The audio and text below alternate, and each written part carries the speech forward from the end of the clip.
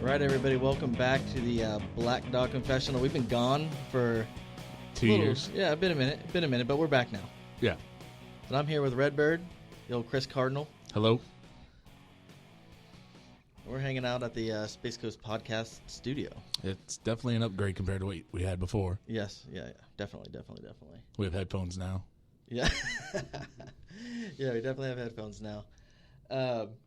So now that we're back, like I said, we've been gone for a minute, but we've been doing a lot of stuff. Yeah, man, life. We're raising children and living in existence. But and actually that's kind of one of the reasons why we decided to go back to doing this was there's a lot of things that we get to see every day that we want to get involved with the community and we want to talk about. So it was kind of interesting. About a week ago, a couple of guys we know were involved in a local case that wound up being a national case because it involved a male out of Texas. But a bunch of investigators wound up arresting a young male who was planning on basically purchasing, murdering, and eating a human child. And that was the day before Halloween. And, it started to get me thinking, all the things that have changed over the past 30 years as parents have had to adapt to these things. Like I said, this happened the day before Halloween, and then Halloween was the next day, and then you're watching all the PSAs come out on, what do we do for, making sure our kids' candy's safe, and, making sure that, kids are in a safe area and well-lit areas, and what do we have to do, and it just, times have significantly changed from the time our parents were raising us and their parents were raising them. Chris, what was it like growing up being a Cardinal? Well, it was different in my house because my mom was a single mom, so she worked a lot. So I stayed at home a lot, starting probably about 8 or 9. She would be gone by the time I woke up. She would wake me up for school, and then my mom would be gone at work. I'd come home from school, I'd do my own dinner, and then she would get home 6, 7, 8 o'clock at night from working her second job. So there's a lot of just not like self-parenting almost, So you were, what was it, the quintessential latchkey kid back in the day, what they used to call the latchkey kid? Sure. Yeah. You never heard that term before? Never heard it, no. Oh, Jesse's nodding his head yes. So Jesse, our engineer here, he definitely has heard it before. It was different for me. I was a two-parent household. I can remember being little, and the Adam Walsh incident happened. And for the record, you're still little. Height-wise, yes, definitely. I'm wider than I was 2 years ago, but I'm still the same height. I haven't grown. I'm drinking a lot of milk, eating a lot of peas, and nothing's helped. I have strong bones and good teeth. That's about it. But, I remember when the Adam Walsh story happened. Do you remember, how old were you? You were probably pretty young, too, because you're younger than me. Yeah, it would have been around the same time, probably it was 88? Yeah, it'd be around that time. 7, 8 years old. But I remember, and for those of you who don't remember the Adam Walsh story, basically, he was in a store kind of like a quasi Kmart, Walmart like we have today, and some kids were messing around, and they security escorted the kids out, not realizing that Adam Walsh's mom was actually in the store, and he wasn't part of these kids. So Adam Walsh gets booted. He winds up getting picked up by who they believe, now technically the case was never really truly 100% solved, but they believe it was a serial killer named O'Toole. And he basically was taken, murdered, and decapitated. But I remember when that all happened, my mom would always tell me, if I try to walk away from her in a store, she was like, no, you can't leave, you can't go anywhere. Let me tell you the Adam Walsh story. I'll tell you the Adam Walsh story again. I probably heard the Adam Walsh story about 50 times from that time period. The worst thing I think I was doing was trying to hide in the clothing racks. Right. But my mom would always tell me that story. But then you don't realize what the Adam Walsh story became, because from that developed Code Adam, which you guys see when you go to the mall and you see those blue stickers on the door that say Code Adam.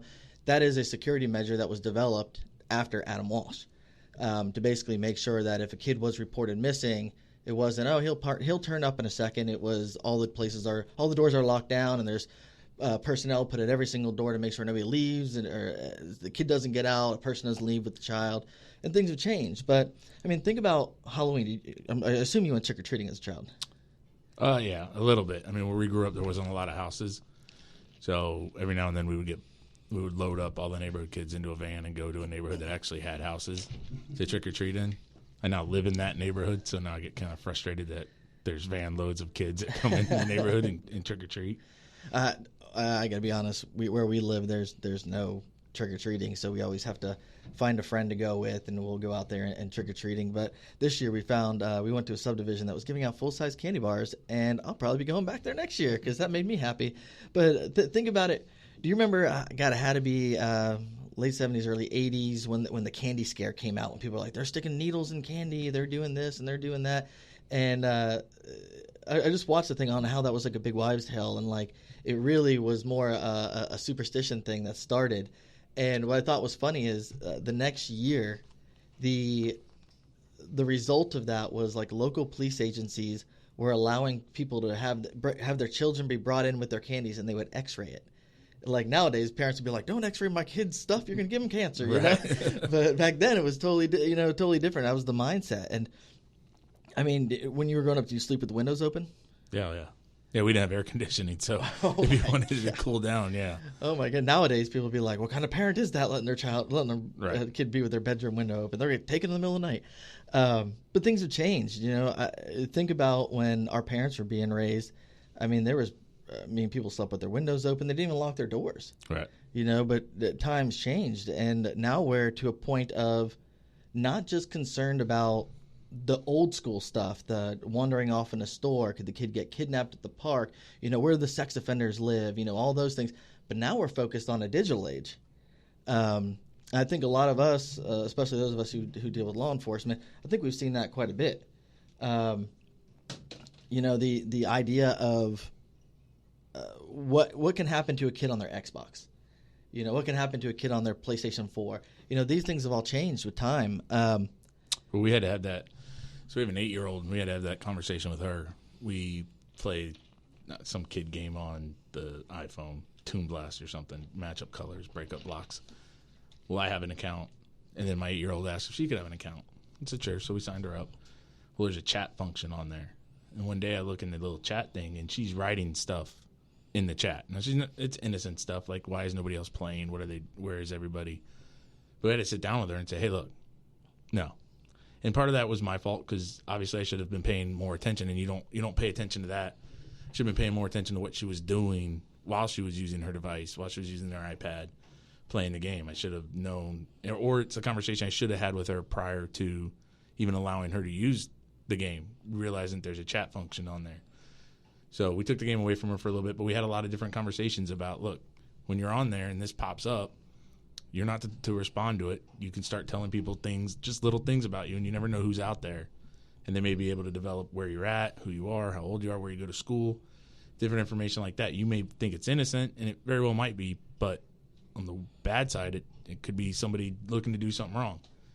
So now we pay much more attention to that. We monitor that when she's on a game, she has to be near us. We watched it. I think on that one we actually disabled the chat feature, so she can't even talk on it. But that was something prior to that we never even thought about. She's just playing a little kid's game. But no, we did the same thing. My daughter is 11, and she was playing that Musical.ly thing where they can like lip sync. Have you ever seen that? There's a lot of people doing Musical.ly, and basically you could take a song and then you kind of do your own little spoof. It almost looks like a Boomerang type video. It's so quick, and there's a whole chat feature on there. And she was doing it with a couple of her friends, but then all of a sudden she started getting messages saying, "Oh, hi, I'm 10 years old and I go to whatever school. What school do you go to?" And fortunately Maria is like so on top of them that she was like, Bella came out and was like, no, somebody sent me a message. I believe they're trying to kidnap me. That's Bella's theory at this point. Like, that is one of the downfalls of being in law enforcement. We see so much negative stuff that we're always kind of like extreme with things. We're like, don't walk away from us. Somebody will take you. Like the probability that somebody would actually kidnap the child is probably extremely low, but there's that 1%. There's always a chance. There's always that chance. So then we take it to the next hill, and like, I don't know if you do, but I watch a lot of like documentaries, and I'll watch, like I was watching Kemper on Kemper and Dahmer on Dahmer, and you're watching these interviews, and some of the things that they said that they were doing in order to lure their victim in, or however they were doing it, was pretty freaky. And I mean, just the thought process that went into it, and for a lot of us, that's something that isn't in our mindset. it's not in our mindset to want to go kidnap or kill somebody. It's in our mindset to, you know, protect our children, put food on the table, do things like that. But there are people that their mindset is specifically this. This is their obsession. This is their hobby. And that's crazy. I mean, to us, that's, you know, we see it more so than we probably want to. But there are people that go out there and they get on these programs and they're trying to hunt down whoever the person is, whether they're actually going to act on it or if this is part of a building up process, because we see that tons of time where they may not act on something for years and then eventually it becomes an act, you know, because it's building up. You're building up that courage. But, you know, it's crazy when you start looking at how the times have changed. Now, I mean, if Bella wants to go do something, I'm like, all right, well, which way are we going? Where are we going? How do we need to get there? Well, can I go by myself? Not unless we know like 6 or 7 other people there. We know that you're going to be well taken care of. And I think I know a lot of people in law enforcement are the same way. Has Kinley had sleepovers yet? Yeah. Like, how well did you know the people? Yeah, I have to know them. Like it's crazy. Like Gabriel's 16, and you know Maria and I discuss it all the time about, well, his friend wants him to spend the night. Okay. Well, this person needs to come over. We need to meet them. We need to figure out what their family is about, you know, blah, blah, blah, and try and get the whole story down because you don't really know what type of environment people are being introduced to. And, you know, but I was raised the same way. You know, my dad was a police officer. His father was a police officer. My mom was a preschool teacher. So we constantly had that, well, what's going to happen? What could happen? What have we seen happen? What story can we tell you that's happened? And it's nuts, you know, when you really start to think about where we were when I was 10 compared to where we're at when I'm now 40, you know, and even going to the store and see how the stores react differently, how schools, I mean, we could probably go on for like 5 hours discussing school security and how much school security has changed just in the past since Columbine. You can change that to just in the past year. Yeah. I mean, since last school year, how much school security has changed. And it's for the better. I mean, as long as the kids are safe at school. You know, it's weird because you're right. Growing up, things are so different. When I was younger, like I said, my mom worked a bunch. So starting at like 9 or 10, I stayed home by myself. You know, I stayed home from after school. If she went out on the weekends, I stayed home.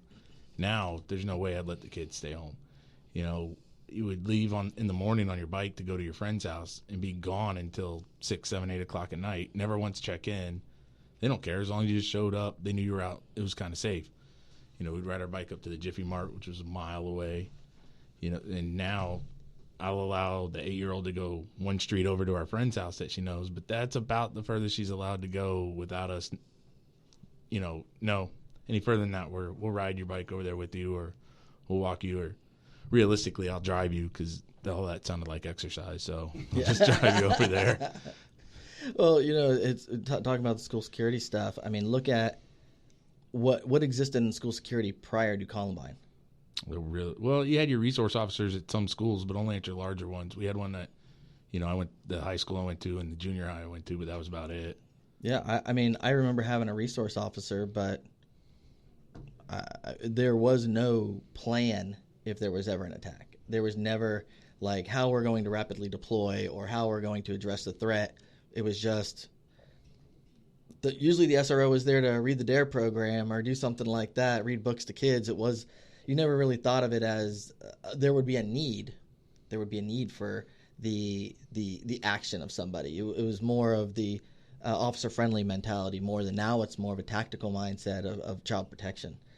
But we're going to go to a quick break, and when we get back, we will discuss more on that.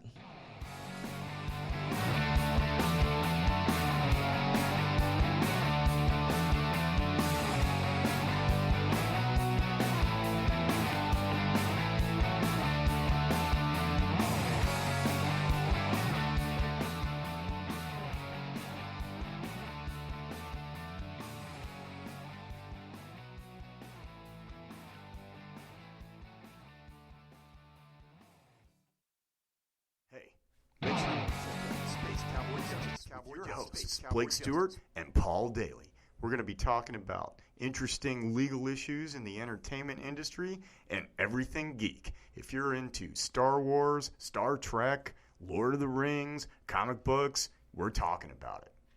Coming at you from the Space Coast Podcast Studios.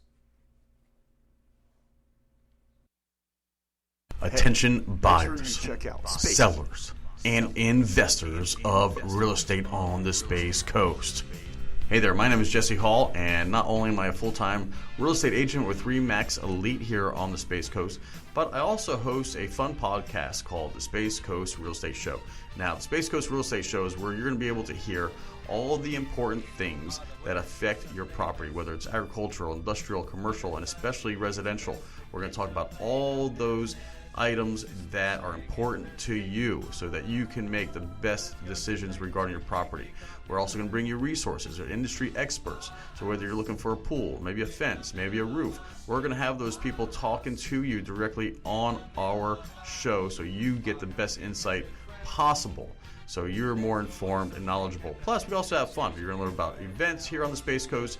We're going to be showing you what's coming, maybe down the pipeline that maybe you don't know about. So tune in, find us on Facebook, and especially subscribe to us on iTunes. We'll talk to you soon.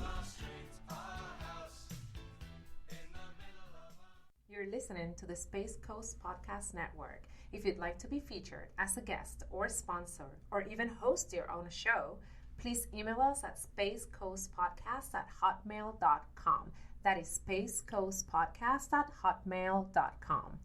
Space Coast Podcast. Talk hard.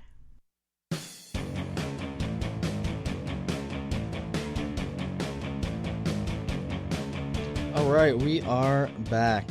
And we're still talking about child security, how things have changed over the years. And, I thought it was pretty interesting when I had a little kid, when Bella was small. And they had come out with all those like GPS little features that look like ladybugs, and you could put it on your kid. And if your kid got lost, you'd be able to track them through the park or whatever. And I was like, man, when I first had a kid, I was like, who needs that? I can keep track of my kid. And then they get to the park, and there's like 8 million of them. And they all look the same height, and they're just gone into the slides. And then you go into panic dad mode or panic mom mode, and you're looking around back and forth going, okay, I was instructed to bring the child back home at the end of the park time, and now I have no idea where she's at. She is somewhere in that maze of wood and plastic. And you're hollering, and every kid sounds the same because they're all going, "Mommy, Daddy," the whole time, and they all have that same kind of pitch. But now it's gotten to a point where I remember I went to a local school, and we were talking to some of the teachers about drug awareness and what some of the things to look for. And we had a buddy of ours get up there, and he spoke on the digital age and what the digital age means. And one of the biggest things that shocked a lot of parents is they had bought Kindle Fires for their kids. And they were like, yeah, absolutely, I want my child to read more. And, it's easier for them to download it. We can get that story instantaneously, and they can go. They had no idea that thing had internet access and all the things that they could do. And a lot of parents were shocked. And I think that was probably the most shocking thing in the entire conversation because parents are trying to do right. They're trying to do all these things. And then all of a sudden they're like, well, no, my child has no internet access unless it's on our home computer, on our laptop, which is in the kitchen, and they can sit there and they can play on it. And I'm able to monitor what they do. And then we're like, well, their Kindle Fire has this. Does your kid have a PSP? Do they have a PlayStation 4? Do they have all, they can access this, that? And they were like, what? Like, they were still in the mindset as we would be, in that mindset of, when we grew up, we had a Nintendo. It was 8-bit. There was no accessing anything. If you wanted to play 2-player, that dude had to be in the house next to you, wired in. Now they're having conversations. I mean, Fortnite alone. Yeah, we've avoided the Fortnite. We haven't. The kids do the dance stuff, but other than that, there's been no Fortnite in the Cardinal residence. You're a lucky soul. You're a lucky soul because that's pretty much all I hear is, "What are you doing? The storm's coming in!" Like that's what I hear from Gabriel in the other room. And then I didn't realize the one day he was actually playing with Bella, who was in the other room, and the yelling that he was doing was at her because, why you keep getting killed, So, and then I hear her yelling, "Gabriel, stop killing me!" I don't even understand the game. I don't know why it's so popular or what the deal is with it. I know that there's now professional Fortnite tutors. Yeah. It's a job because kids were getting bullied at school because they weren't any good at Fortnite.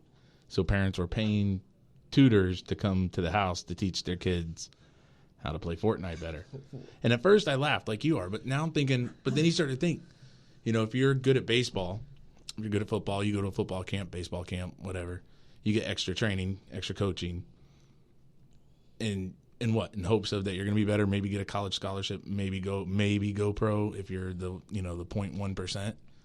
But the way the world is moving now, video games, there's people making a lot of money playing video games. Oh, yeah, that dude Ninja kills it. Makes so much money. I have no clue who you're talking about. He is like the guy in that whole Fortnite world, that all the kids are following his YouTube videos.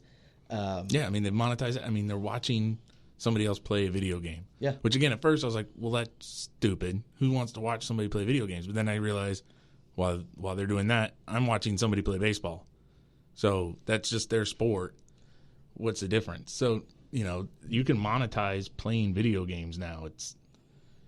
If that was the case back in the day, I'd be a pro duck hunt player right now. Yeah, that's what you'd be doing. Yeah, well, in my defense, I usually just take the gun and stick it up to the TV and shoot the duck that way. But Did you play sports growing up? Yeah, I played baseball and football. Were you good? No. No. At least you're honest. Were you playing like right bench or what were you playing? Yeah, the problem with football, when I played in youth football growing up, they were done by weight classes, not necessarily age groups. So depending on what you weighed is, what range you were in was the team you played on. So the first year I was on a team that I probably should have been on. The next year, I didn't make that weight limit.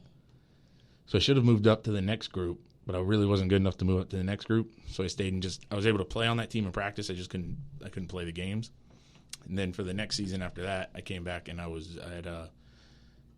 they built a Taco Bell within walking distance to our house. That's it. And that's when they used to have 59, 69, or 59, 79, 99 tacos, right? And so I skipped. I went from you went serious weight classes up really fast. I skipped from. I went from whatever we were, rookies, bantamweights. I skipped juniors and went straight to seniors. So I was 13 playing with 14, 15, 16-year-old kids, and I wasn't very good to begin with. So I just got blasted, and after a couple weeks, my dad came up to me and said, you sure you want to keep doing this? I went, no, this hurts. so after that, I just played baseball because there was just age group for that. So I could handle that, and I can handle little runs to first, sometimes second. You were not a triple or home run hitter. No. If I put one over the fence, you can waddle those bases. I don't know that quick. I've ever once hit an in the park home run ever. If I did, it was on complete accident, and there were a lot of errors on that. So I get the video game stuff, I guess now. I'm understanding it more. Like I said, there's two, but it would still be very weird for me to pay somebody to teach my kid how to play a video game better. Oh yeah, no. That was like the thing. It's like when I would play against my dad, I would always beat my dad. It was like the one thing I could beat him at. So, my dad never really wanted to sit down and learn how to play, Blades of Steel. Right. Blades of Steel was great because you could fight in that one. Yes, you could. It's the only good hockey game ever. But, it's funny. I grew up playing baseball, playing soccer. I wrestled in high school for a year, played high school soccer. And, I enjoyed it, but it totally changed when I became a coach. And, on that whole idea of like children's security, I remember when I had my long hair and my beard. Homeless Jesus. I preferred Fat Jesus, but okay, you can go Homeless Jesus. The homeless Fat Jesus. Yeah, there you go. We'll just make it the totality. I think Jesus was already homeless to begin with. Yeah. I think he just wandered. Yeah, that's true. Well, I was out there. The guy who was coaching Gabriel had hurt his back, and he'd been in a car accident that day. So he said, "Hey, you're the only dad standing around out there. Would you mind coming in and hitting some balls?" I'm like, "Yeah, sure, no problem. I'll hit some balls for the kids, So I step off the field, and this woman's there, and she looks at me, and she's like, "Sir, I need you to fill out this form. If you're going to be a coach, we have to do a background check on you." I said, "Oh, no, I don't want to be a coach. I just helping this guy out." So, of course, 2 days later, we have practice. The guy's still in a back brace. "Oh, it's good to see you again there, Steve. Come on out here, hit some balls." I'm like, oh, okay. Let me hit some balls. So I came off the field, and now this woman was heated. She was like, "If you're going to be a coach, you need to fill out the form." And I was like, "Ma'am, I don't want to be a coach."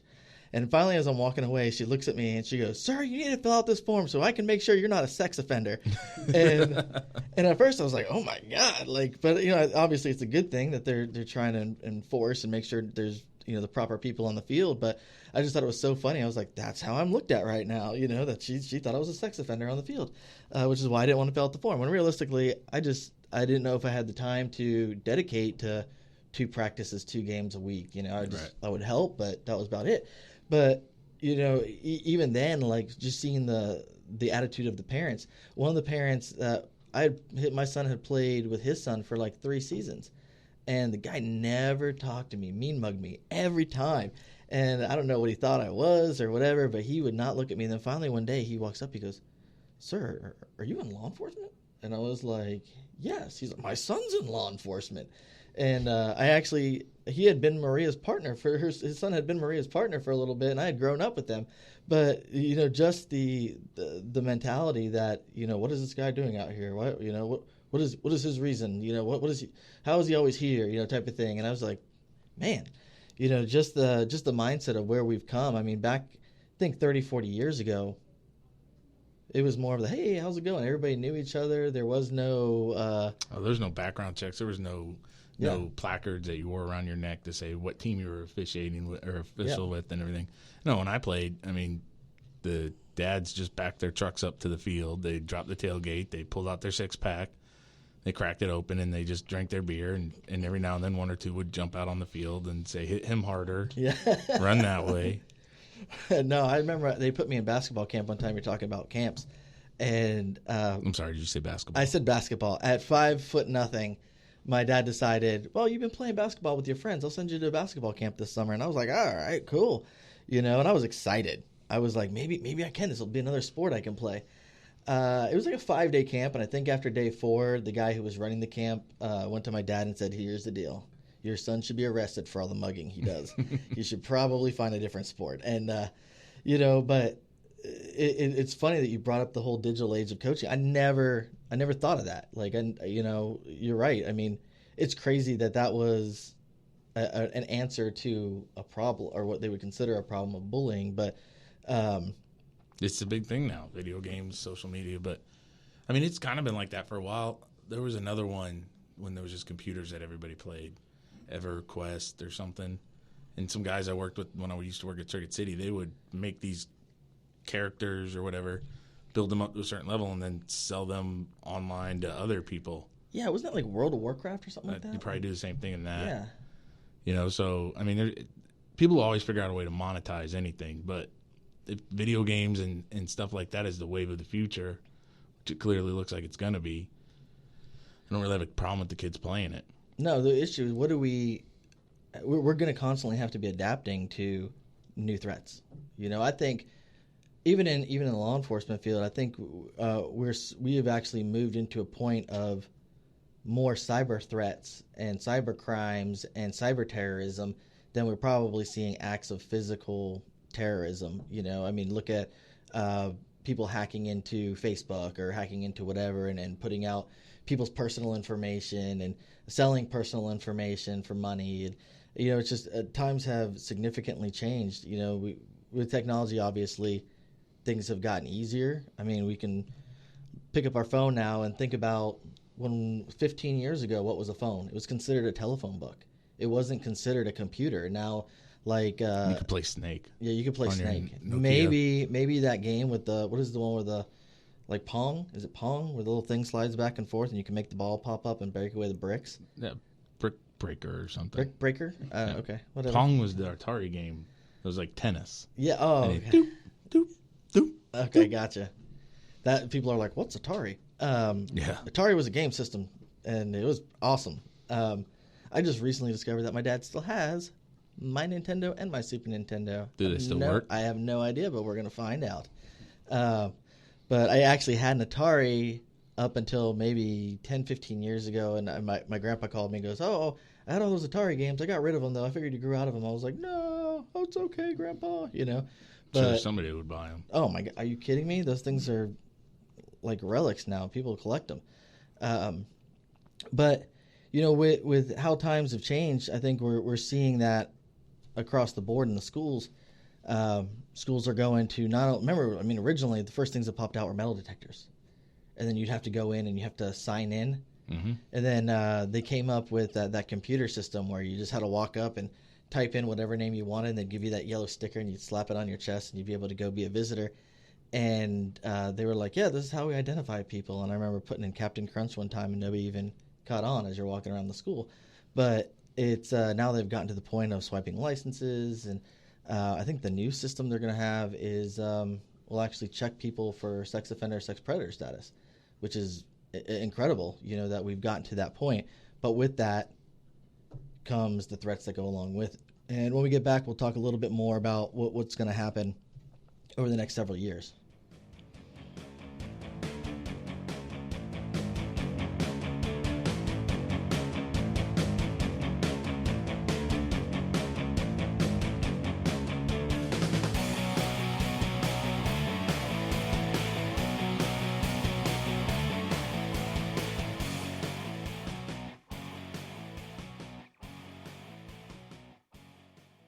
A lot of people want to know what the paper clinic is.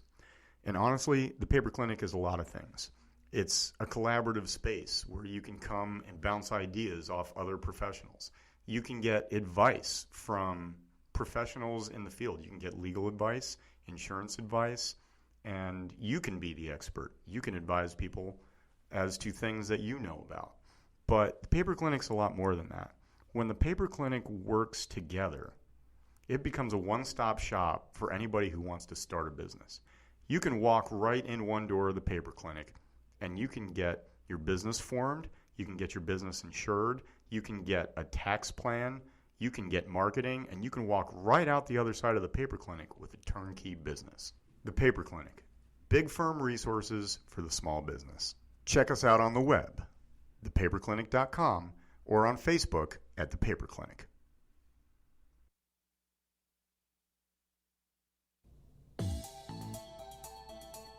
Jesse, have you ever wondered what is the best way to interview applicants for your open position so you have the best chance of hiring a keeper? All the time. Well, I talk to managers every day, Jesse, that use their gut instinct to make a hire. Sometimes that works out, but more times than not, it can lead to a bad hire. Replacing a poor hire can be expensive and hurt morale. One of our most popular service offerings at HR Office Savers is teaching employers how to be better interviewers. Improved interviewing techniques lead to better hiring, which leads to better employee retention, which leads to less turnover and more profit. Contact me today to find out how you can learn to be a better interviewer. I can be reached online at www.hrofficesavers.com or by phone 928-308-4506.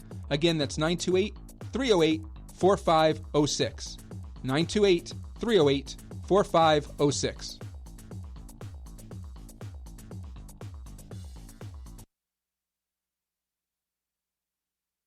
You're listening to the Space Coast Podcast Network. If you'd like to be featured as a guest or sponsor or even host your own show, please email us at spacecoastpodcast@hotmail.com.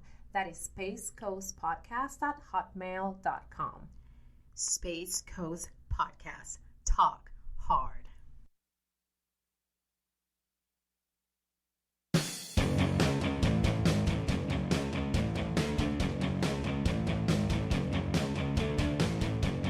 All right, welcome back. We've been talking about child safety and times have changed and all that, but kind of want to transition a little bit. Speaking on child safety and kind of like where the country has been moving in the last, say, year, what do you think, and just you can weigh in if you want to, what do you think that the people are looking for in political candidates? Obviously, we're a couple of days away. Florida's definitely got some big votes going on. What do you think that the general consensus is that what people are looking for?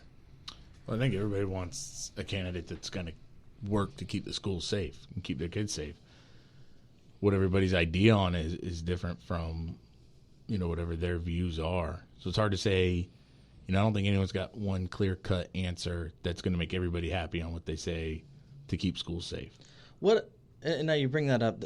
I don't think there's a way that we can make everybody happy. I don't. There's no physical way to do that. There's always going to be that guy. Right. Even if you had 100 people in the room and you said, I have $1 million to break up amongst everybody, the guy's going to be like, why can't I just have the whole million? Or why do I have to get there's going to be some complaint. There's always going to be some kind of negative to it. But what do you think?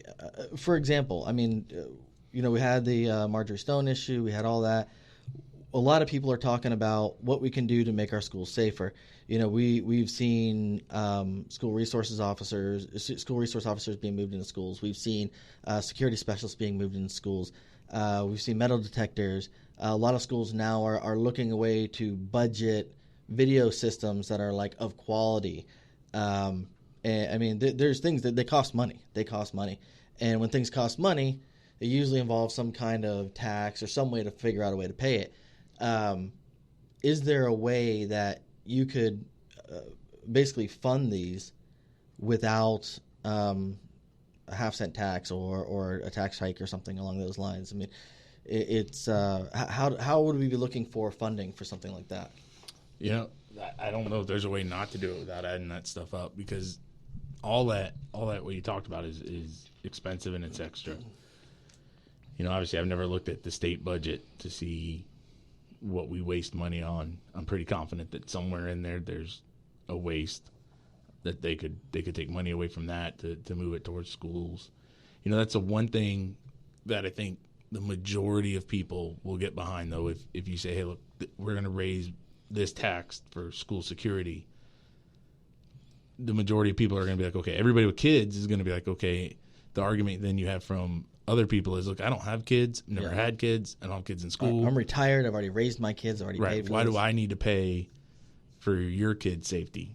I think that's still a silent, amount that says stuff like that, or I guess it wouldn't be silent, but it's a small amount that says stuff like that. But there are people out there who think that way. I mean, you see it whenever they try to pass a raise for teachers or anything else. You get the group that says, well, there's no benefit for me, so why should I have to pay for everybody else?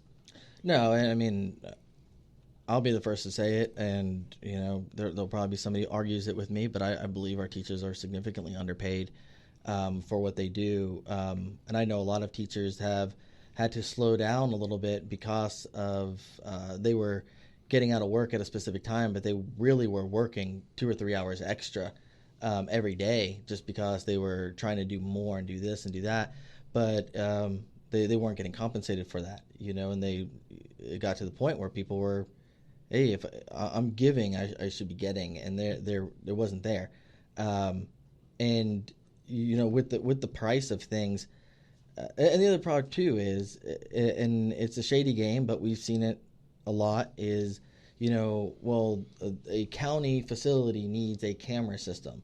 Well, what are you guys going to throw your bid in when we throw our bid in, and they're triple bidding them or doing something like that to where somebody can make probably more money than they would if they were going to go to a private business or to, somebody who maybe price comparison shop a little bit more.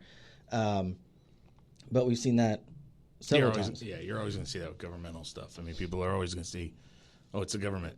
They got more money. They got deeper pockets, so we can charge them more than we would charge Joe Smith, the average citizen. Yeah, and with some of these security systems they've been talking about doing, I mean, we're talking about HD quality. We're talking about a person who's going to have to be paid to monitor them, because this isn't going to be something that they want as, oh, well, something happened, let's go back and check the video. They want it to be monitored full time so that they can deter a threat or address a threat immediately, rather than, oh, they got 5 buildings in before we were able to even deal with it. Right. But those systems are not cheap. I mean, we've historically seen video systems that have, remember the old, was it CCV? Remember the ones that used to go get all the time? You have to go collect them whenever there was a... the CCTV ones from CCTV. Walmart. Oh, my God, they were terrible. And you tell it was a person, but you wouldn't be able to tell, race, sex. You can be height. You can tell anything from it. You're like, it's a guy. I think it's a guy. It was so grainy and so bad. And now we've gotten to the point where they can zoom in on the Guy Harvey logo on his shirt, and you're just super impressed with the tattoo on their forearm.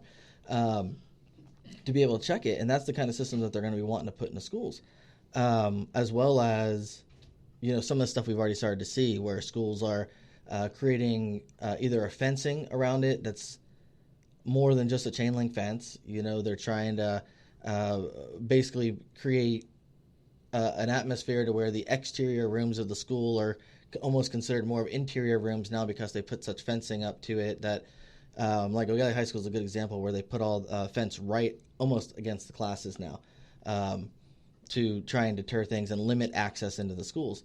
Other schools are making it to where you have zero access unless you go through the front office. That's how the majority of them are now.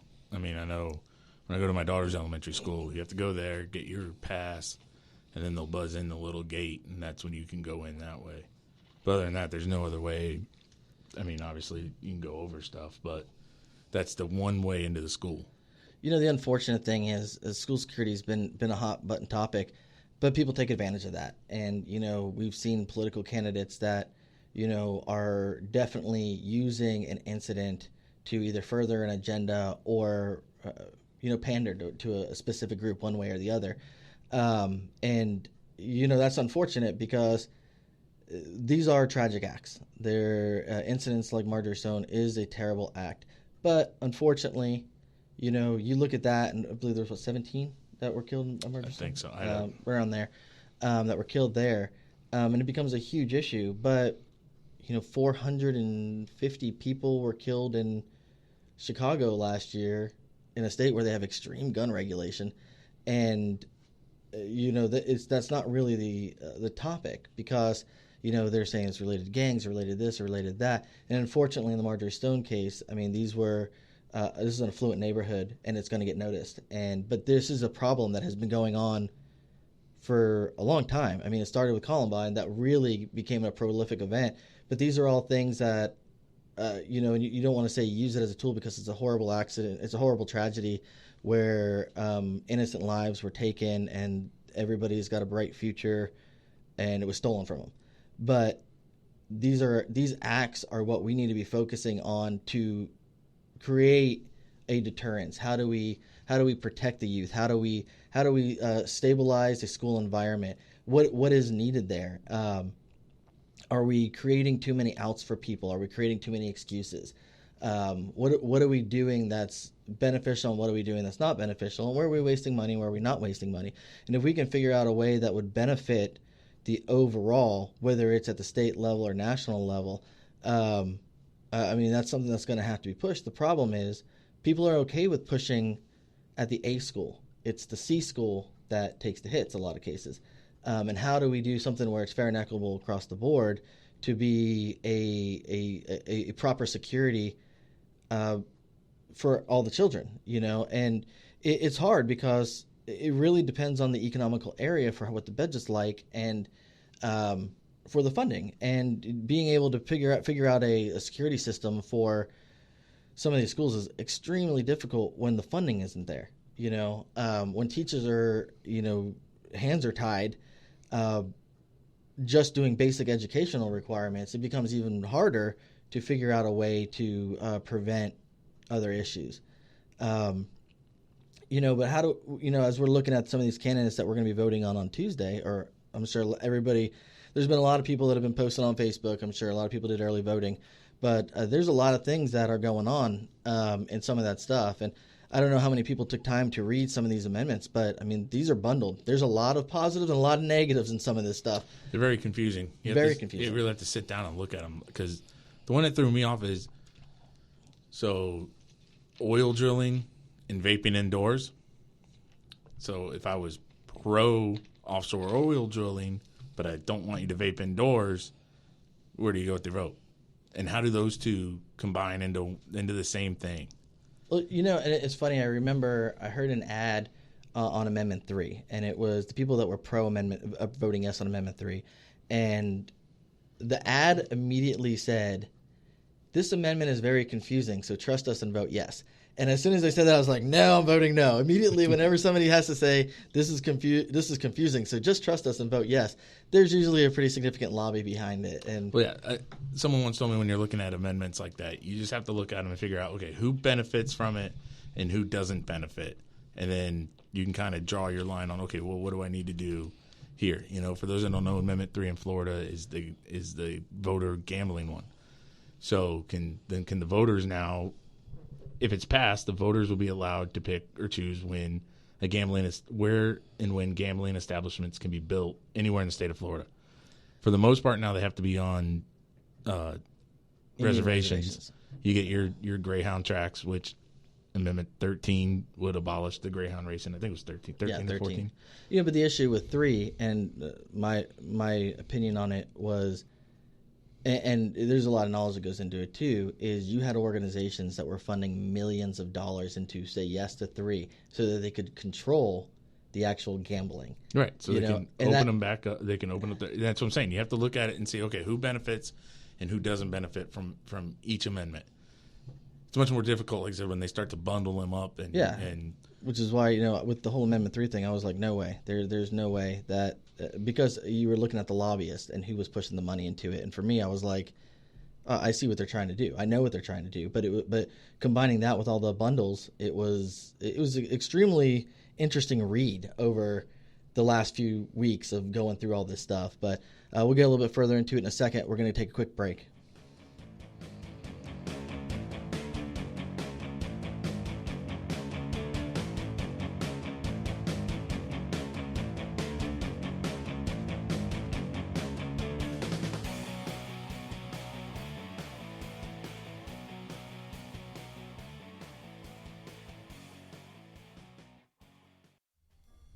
Well, there's the X. I guess I'll sign right here. Stop! Did you even read it? No, I usually don't. How many pages is that? Like 20? You could be giving away your firstborn son in that contract. That's a pretty good point. I don't want to do that. Or that's a lease, right? You could be giving your landlord rights to have their Fat Uncle Joe come and use your coffee maker whenever they want. Uncle Joe's fine, but not Fat Uncle Joe. Yeah, not that one. Well, this is a lot of legal information. I don't really know it. Who could I go for this?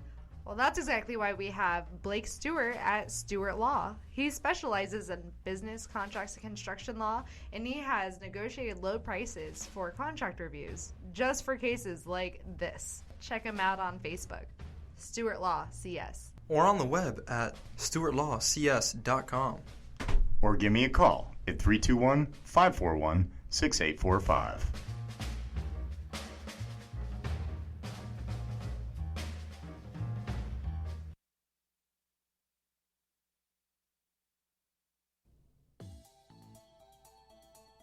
Jesse, have you ever wondered what is the best way to interview applicants for your open position so you have the best chance of hiring a keeper?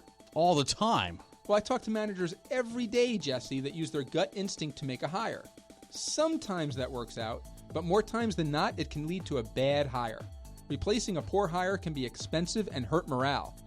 One of our most popular service offerings at HR Office Savers is teaching employers how to be better interviewers. Improved interviewing techniques lead to better hiring, which leads to better employee retention, which leads to less turnover and more profit. Contact me today to find out how you can learn to be a better interviewer. I can be reached online at www.hrofficesavers.com or by phone 928-308-4506. Again, that's 928-308-4506. 928-308-4506.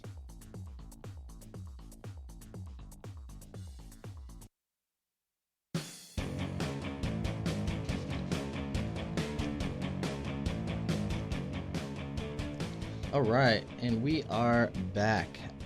So, like we just had ended our little discussion on the ideas behind some of the voting that's going on. But the big part for us is educate yourself before you go in there and you vote. Make sure you read these. Some of the titles are misleading. Some of them are very bundled. But there's a lot of things that are going to be coming on over the next couple of years, and some of it obviously, it depends on how you feel about political candidates one way or the other, is, maybe how your agenda is going to go. But the key point is don't vote party to vote party. Vote because you're being an educated voter, and get out and actually, vote. I mean, I remember several years ago when they had Rock the Vote, and people were trying to get everybody out, and then for years it was kind of, oh yeah, you looked at the actual voting rate for the count for our county, and I was like, man, You still can look at it, and it's low, especially with all the stuff they've opened up now. I mean, you can do absentee voting, so you're just mailing your ballot in. Early voting, we went and voted Saturday. I talked to the poll deputy, the guy who holds the door, because we waited for probably 20 minutes. And I said, man, it seems like a lot of people for early voting. He goes, yeah, it's been really busy. It's almost like, I almost equate it to years ago, you go to Disney, you buy the Fast Pass, and you got right online. Well, now you have to get the Fast Pass to even get on the ride, especially if you're hauling Horror Nights or any of those things. Yeah. Absolutely. So the early voting used to be the Fast Pass, and now it almost seems like it may be faster to show up on Tuesday and just vote because everybody else has already early voted or done the absentee voting. But there's really no excuse. If you're over 18 and you're allowed to vote, there's no reason not to vote. Even if you don't know the candidates, then don't vote on that issue, but you can read the amendments, you can look over them, you can talk to your friends, you can get information on them. Sometimes the amendments and the things that change in there are going to affect you even more than who you're voting on. I think the other problem you have with this cycle and why the voting numbers will be down is it's not a presidential election. People always turn out much higher for the presidential election, and they don't realize how much more impactful local elections are. Oh, absolutely. You've got multiple county commission races going on in our county. You've got, a whole new governor, attorney general, agricultural commissioner, the economic person, I can't remember the title. They're running, all that's brand new. In the city of Palm Bay, you have 2 city commission spots that are up for grabs.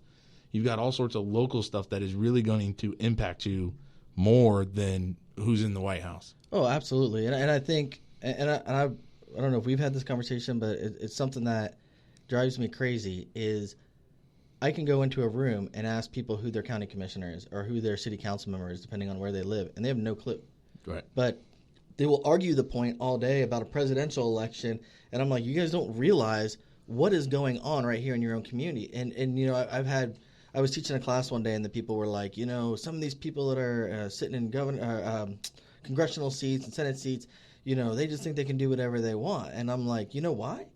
Because you allowed this. When they were a local city councilman or they were a county commissioner, you didn't even know their name, and you never held them accountable for what their campaign promises were.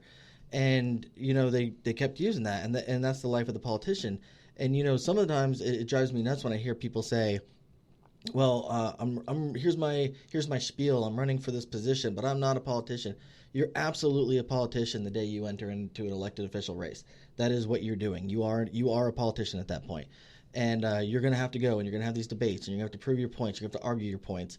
And it could be depending on party affiliation or whatever, that things are, the stereotypical Republican issues and the stereotypical Democratic issues that they're going to have going back and forth. But if you want to get involved and you want to see, development and progress in your area, then you have to focus on your local races. Who those city council members are and who those county commissioners are make significant decisions for your area. Mm-hmm. And if you're not willing to go out there and vote in the small races, then you're starting the issue. If you're not willing to take part and get out there and vote, then really what are you doing? Who you vote for in the White House is one thing. That'll affect you internationally and nationally, but it's not. But when you talk about road and bridge issues and you talk about some of the stuff that happens local, you can't blame so and so for the potholes on Babcock Street. You can't blame so and so for the Indian River Lagoon. The issues with the Indian River Lagoon have been going on for 30 years, if not longer. These are things that we should have been addressing a long time ago. We've had several county commissioners, city council people that have come through and been gone. We've had several state representatives. We have all these people that have come and gone that, overlooked the fact that this amazing tourism aspect of our county was falling apart. And I mean, that is a multi-billion-dollar industry that we could lose. Yeah, dude, we only have a few more minutes left of Okay. our podcast, so I don't think you should get into the IRL because I know that's I'll get that's passionate a on couple-hour thing. It sounds like something we could do in the future. Yeah. But we do want to touch on what we're going to be doing. We're probably going to be doing a podcast twice a month around the same time. Chris and I are going to be here. We're also going to have a third seat. The third seat's going to rotate. We'll get some of our friends in, like Jason Tucker, who used to do the podcast with us. He's going to pop in from time to time. A friend of mine, Jamal Curry, he's going to come in and do it. We have several other people lined up that are going to come in, and we're going to talk about different topics. But we want to hear from you guys. If there is a topic you want to discuss, if you think there's something going on that you want to address, if you want to hear more about the Indian River Lagoon, or you want to hear things, because we can bring Virginia Barker and we can bring people like that who have done some of the studies on what is going to help this community. But the goal for Chris and I is we like to have fun, but we're also involved in the community because that's something that directly impacts us. It directly impacts our family. And, you know, we're all here for the development. And, I mean, we are Brevard County residents, but we're also Americans. And we really feel strongly about getting the voice out and allowing you to have a voice, but doing it in a constructive way. We're not here to argue. We're not here to fight. What we are here is to have adult conversations and discuss things, because that's how progress is made. If you're not willing to sit down and have an adult conversation, then you're probably not going to be welcomed here. No offense. That's just how I roll. There are two sides to every story, and sometimes there's 6 sides to every story. Trust me, we've heard them all. But in order to actually have progress and development, we need to sit down and have these conversations. Chris? I agree. See, that is why Chris is here, because not only does he amuse me, but look at him. Look, he's damn adorable. But, you know, pushing forward, you're going to see us, every other week or so doing things like this. Like I said, if you have a topic you want discussed, if you heard about something but you're not sure about it, if you want to hear about Chris's love for Sasquatch and why he believes he's still around, we'll discuss that, because that is a very big part of his life. We will get into that. But some of the changes we've had now, as you saw, we have the breaks now, so we will be having sponsors. If anyone's interested, you can reach out to Steve or myself. We'd love to have you on as a sponsor, and we'll bring you on to talk about whatever your company is or whatever it is you want to talk about. This is a major upgrade compared to what we had before. Yeah, we were moving around the studio. Thankfully for Jason Tucker, he helped us out a lot, letting us use the tattoo shop. We moved over here to Space Coast Podcast because we really appreciated what they were doing and how they're trying to bring the podcast community together and develop it for Brevard County and make it a statewide issue and then maybe a national issue as we progress further. But what Jesse, who runs Space Coast Podcast, has been able to bring to the table is really going to benefit the whole entire program. And, we're really happy to be here and be working with him. And Jesse's going to pipe in from time to time. He's sitting here. He's our producer / engineer / whatever you want to call him. But, we're going to be looking at growing this. So please share our stuff on Facebook, share it on Instagram. We are on Instagram. We are on Facebook. Space Coast Podcast is on Instagram. They're on Facebook. Start pushing all that stuff. Help us grow our numbers. And, and like I said, we're all here for the good of the all. And having those discussions is a way to do it. Chris and I have been friends a long time now. I got a ton of respect for him. I hope the feeling's mutual most of the time. But most of the time. But this is how things happen. Arguing, fighting, throwing rocks, or kicking people, or wearing black masks is not how you do it. So with that said, we'll be seeing you guys in a couple weeks. You want to tell them where they can get this at now? Because before we were just on Facebook and YouTube. Yeah, before we were on Facebook, YouTube. Now we're going to be on Alexa, Spotify, iTunes, Google Podcast, all the different avenues. Stitcher, whatever that is. But but like I said, look us up on our website. It's blackdogconfessional.com, and we'll see you guys in 2 weeks.